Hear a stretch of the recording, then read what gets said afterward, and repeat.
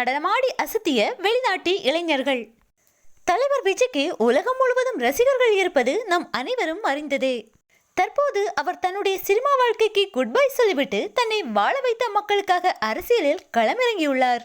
அரசியலில் களமிறங்கிய பின்னர் அவரது ரசிகர்கள் அனைவருமே அவரது தொண்டர்களாக மாறி அவருக்கு ஆதரவு கொடுத்து வருகின்றனர். தமிழக வெற்றி கழக கட்சி பாடலையும் கட்சி கொடியையும் மக்களிடையே குறுகிய காலத்தில் கொண்டு சேர்த்த பெருமை இளைஞர்களையே சேரும்.